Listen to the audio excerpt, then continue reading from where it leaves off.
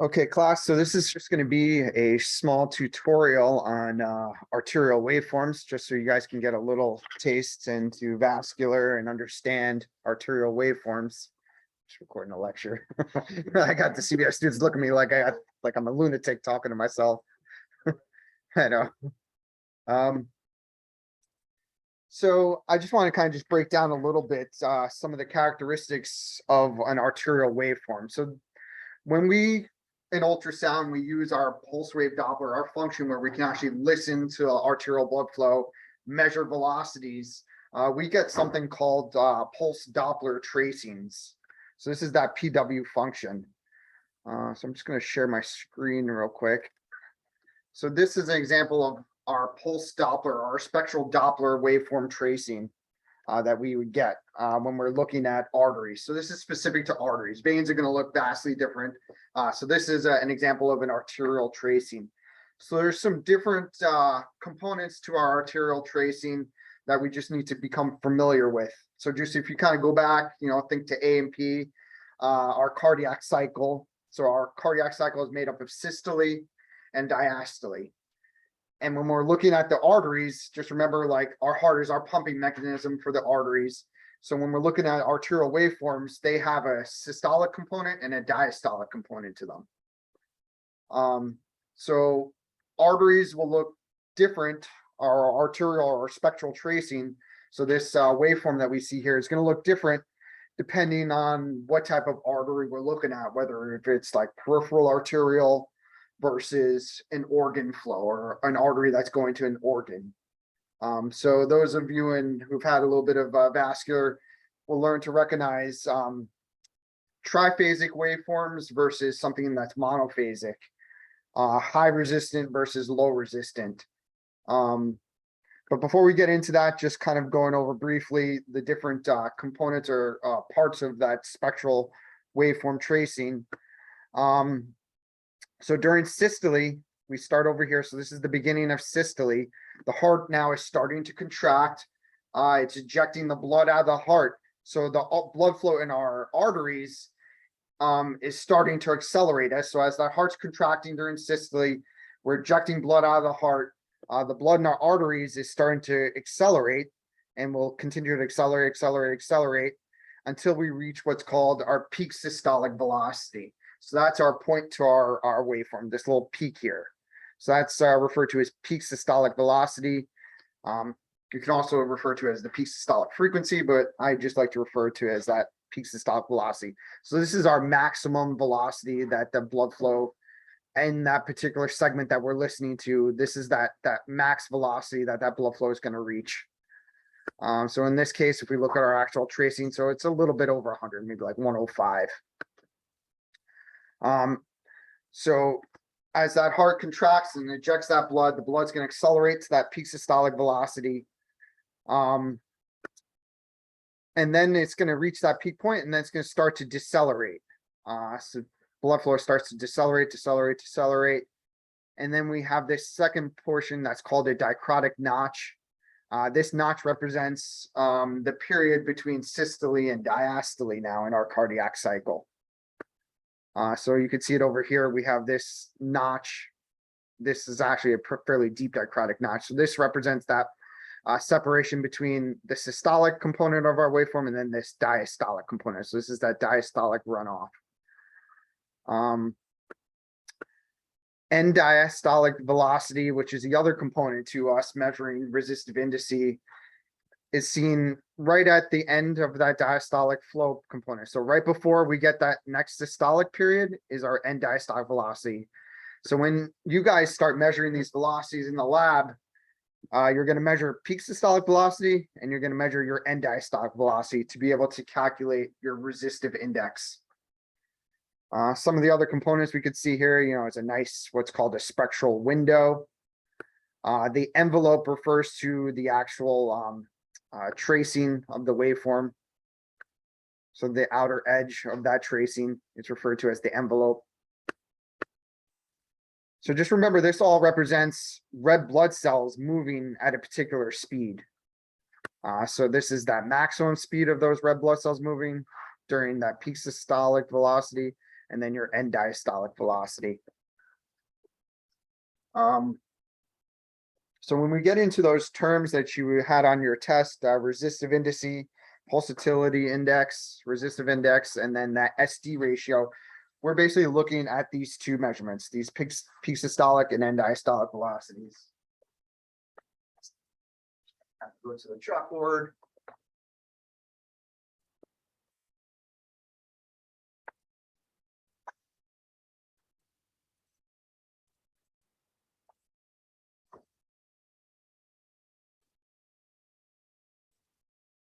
So I like nice even numbers. I'm just gonna make this easy for you guys. So I just wrote, this is our zero baseline.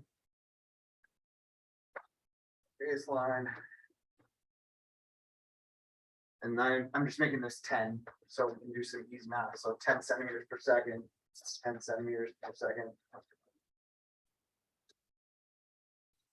All right.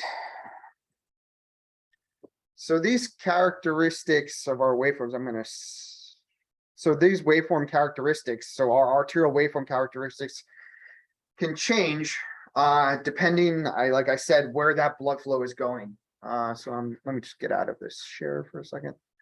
Stop share. So arterial waveform characteristics arterial waveforms get their characteristics based on where that flow is going. So where is that ultimate destination of that flow? When we're talking about our peripheral arteries, so arteries in our arms and our legs, that blood flow is going to the muscles of our arms and legs. And it's going to have a very different looking flow characteristic than blood flow going to an organ. And it's important to remember that because that's going to be able to help us determine if there's disease in that organ or if there's disease in our peripheral arteries. So I'm just going to put over here peripheral flow and then organ flow.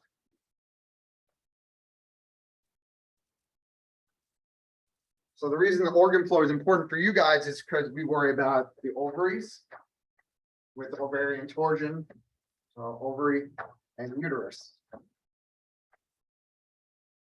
So those are both organs. So we should expect to see organ flow. The characteristics of organ flow, the main characteristic of organ flow is, I'm just going to highlight and star this, it's low resistance.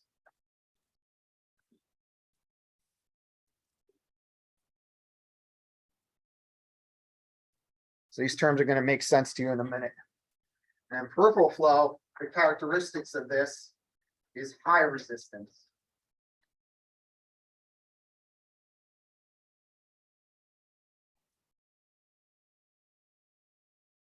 Just keep those terms in your back of your mind. Low resistance, high resistance. Peripheral arterial flow, high resistance. Organ flow. So for you guys, ovaries, uterus, low resistance. So how do we calculate resistance? So resistance is really based on that diastolic flow component. How much flow is during that diastolic period? So with peripheral arterial waveforms, the majority of them are what's called triphasic.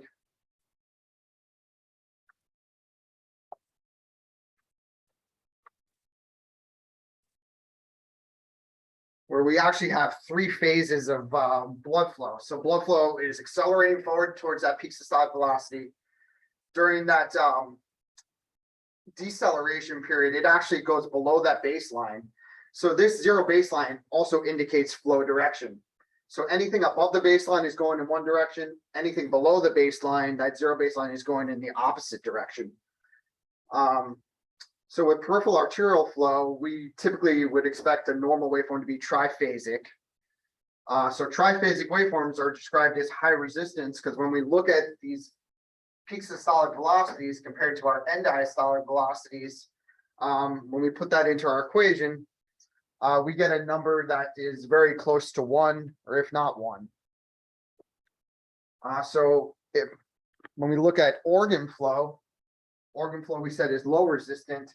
This is going to have a very significant or a large diastolic flow component. So these waveforms are going to look a little bit different.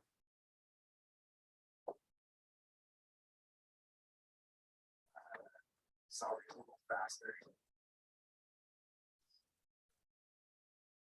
Our waveforms are going to look more like that.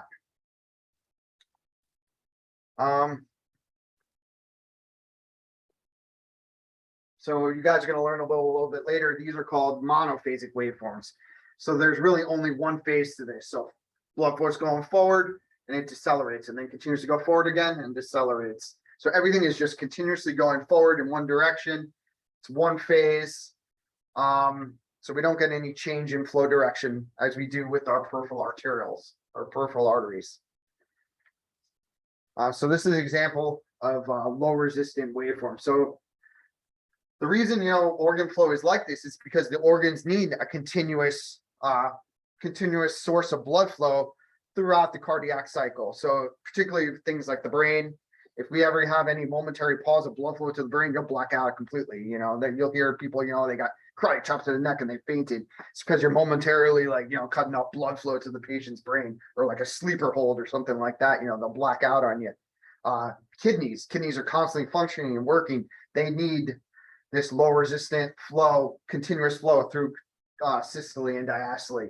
They can't have any momentary periods where they're not getting flow. So low resistant, high resistant waveforms. So now I'm just going to kind of transition into resistive indice. So RI. We'll go over here. So resistive indice, RI. Resistive index. So the formula for resistive index, kind of put here, it's we'll do it over here. So RI equals our peak systolic velocity minus end diastolic velocity, EDV, divided by that peak systolic velocity. So if we use, this example over here for our peripheral arterial, we can RI equals, we'll say peak systolic velocity is 10 minus your end diastolic velocity. You want to call that 1. I'll say that's 1. So 10 minus 1 divided by your peak systolic velocity, which is 10. So we'll get 9, that equals 9 over 10. So your RI is going to equal 0.9. So the range for RI, so RI range is going to be anywhere from 0 to 1.0. So it's never really fully 0. We could say 0.00001. We can kind of go out a bunch of 0 places, but really the range for RI is between 0 and 1. We can never have an RI over 1. We can never have an RI less than 0. So that range is between 0 and 1.0. So if, say, for instance, my end diastolic velocity was on that baseline, or say, for instance, I had a waveform, that maybe just kind of looked like this, like I'm just getting like these little triangle peaks, something that looked like that. I have a peak systolic velocity, it's still 10. My end diastolic velocity, I don't have one, it's 0. So if I put a 0 into my equation, 10 minus 0 is still 10, 10 over 10 is 1. So I can look right away at a waveform that doesn't have any sort of diastolic flow to it, and I know automatically, I don't have to do any calculations. RI is 1, I can look automatically. So that is a high resistant waveform. So transitioning over to organ flow, we said organ flow is low resistant. So we can say now, like maybe, our RI or end diastolic velocity is still 10. So we have RI equals 10 minus, we'll make it 5 now, and bring it up here a little higher. So we'll make this, our end diastolic velocity is 5. So 10 minus 5 is 5 over 10. That equals 0.5. So this would be an example of a waveform that has a low RI. So RI equals 0.5. So like I said, resistive indice really is determined by that end diastolic velocity. So the more diastolic flow, so if I then took that waveform and kind of changed it and made it like she had a very exaggerated version, something like that. where now your end diastolic velocity is say 8. You put that into your equation. So 10 minus 8 will be 2, and then 2 over 10. Now I'm doing higher math here. 2 over 10, that's 1/5. So that's a 0.2. So the more diastolic flow you have, so essentially the faster your end diastolic velocity is, or the higher your end diastolic velocity is compared to your peak systolic, the higher or the lower your RI is going to be. So the lower resistance you have. So basically what this is telling us is how much pushback I'm getting to blood flow in that artery. So basically, like, I know Brian had this fireworks moment. We're like, oh my God, I get resistive indice now. So basically all this RI is telling us is how much force or how much pushback am I getting to arterial flow in this particular vessel. So in organ flow, we shouldn't have much pushback. The blood flow should be able to flow nice and free, nice and easy in that artery. So we have our systole and diastole. We should have that continuous flow. We shouldn't get much pushback. Whereas with the peripheral arteries, with our muscles, we're not always using our muscles. We don't need it for exercise. So the body's going to conserve some of that blood flow. We're going to have a lot of resistance to our blood flow. So we're going to get a lot of pushback, and that's going to result in a high resistant waveform. So when we talk about peripheral arteries, if that artery starts relaxing, if it's very warm and our vessels start to dilate, we're going to have less pushback. So we have less resistance. So we're going to expect to see a lower resistant waveform. So that peripheral arterial could change.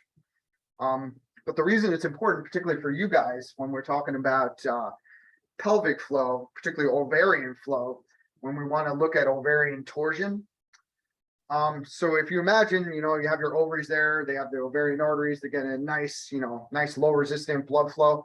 But now you have a large cystic structure, like maybe a large hemorrhagic cyst or something on that ovary that's now causing that ovary to twist on itself. And that artery now is twisted and turned and crimped. So now something is resisting that blood flow from getting to that ovary. So that resistance now, blood flow getting to that ovary, is going to change our waveform. So instead of having a nice, low resistant waveform, we see something now that looks more high resistant, that looks abnormal. That's going to start raising red flags to you, like, uh-oh, something's going on here. This doesn't look like normal ovarian flow.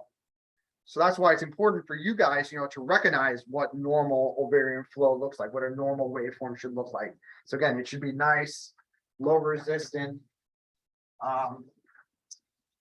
a nice low resistant monophasic waveform. So, something like that.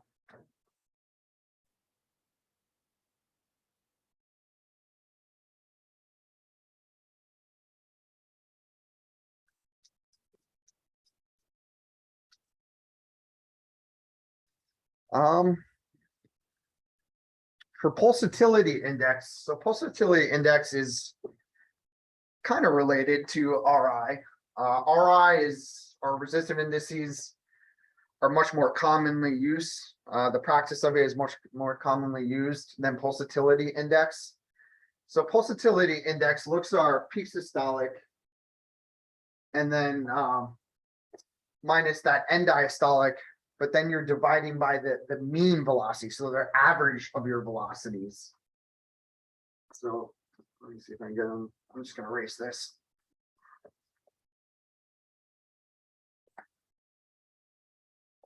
So PI, or your pulsatility index, so your peak systolic is your end diastolic divided by the mean velocities, or your average velocity. So it's a little bit different.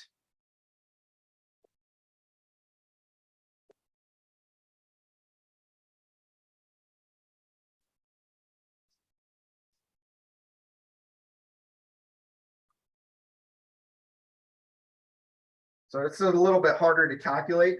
To be honest, the machines will probably be the ones to do these calculations for you, particularly when you start using numbers that aren't nice and even. But usually in the clinical setting, this is what you're focused on, these RIs, when you're looking at resistive indices, because that'll really tell you, give you a good indication as to whether or not there's a disease or pathology going on within that particular vessel or organ that you're trying to assess. So she also had on there SD ratio. So SD ratio is just comparing your peak systolic velocity to your end diastolic velocity. So that SD ratio, you just would look at, like, say, you know, here's an example, this was 5, this was 10. So your SD ratio, I kind of always put my little division sign in there, SD, so I kind of know what's numerator, what's denominator. Your SD ratio is just comparing your peak systolic, which is 10, over your end diastolic velocity, which is 5. So your SD ratio is being 2. Your systolic to diastolic ratio.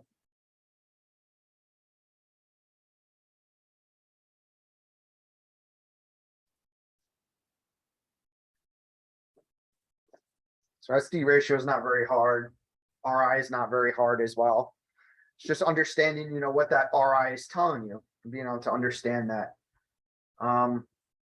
When you guys get a little more into OB/GYN, and you start looking at stuff like retained products of conception, arterial venous malformations that could exist within the uterus, you know, these RIs will play an important factor in you getting to a diagnosis, and particularly important when we're talking about ovarian torsion. So again, like, you know, recognizing normal ovarian flow, that it should be nice, low resistant with a significant diastolic flow component. If you get something that's high resistant, you know, so even if it is monophasic, you have, you know, very little diastolic flow, you know, that's not a good sign if you're talking about something with ovarian flow or organ flow.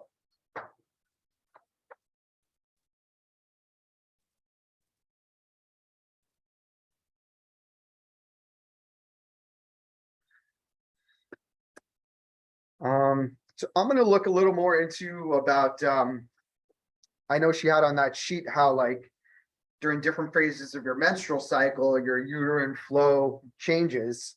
And she showed an example, like, I guess during one of the phases, that you had more diastolic flow, like between, was it the luteal and follicular phases? So I'm gonna read into that a little bit more. Maybe we can discuss that tomorrow, see what I find. But I just want you guys to kind of just get a general understanding of, you know, what an arterial waveform looks like, the different parts to it, your peak systolic velocity and your end diastolic velocity. So your peak systolic velocity, your end diastolic velocity, EDV, understanding what RI is and what it means. So again, organ flow, low resistance. What does low resistant flow mean? It's determined by really the amount of diastolic flow. So this end diastolic velocity, how much blood flow is circulating in that vessel during diastole. So organ flow should be nice, low resistant waveform, should have high diastolic flow component. We should have lower RIs versus peripheral flow, which has a high resistant waveform, very little, if any, diastolic flow component. And very high resistive indices. And just remember, resistive indice can only be range between 0 and 1. So you're not going to have anything, you know, no negative numbers and nothing over 1. 1.0 is your highest resistive indice that you can have, resistive index. So I'm going to be posting this video onto D2L. If you guys have any additional questions, we can go over a little bit more tomorrow morning in class. I'll be having you guys tomorrow for abdomen and scanning. Anyway, so have a good night. Talk to you guys tomorrow.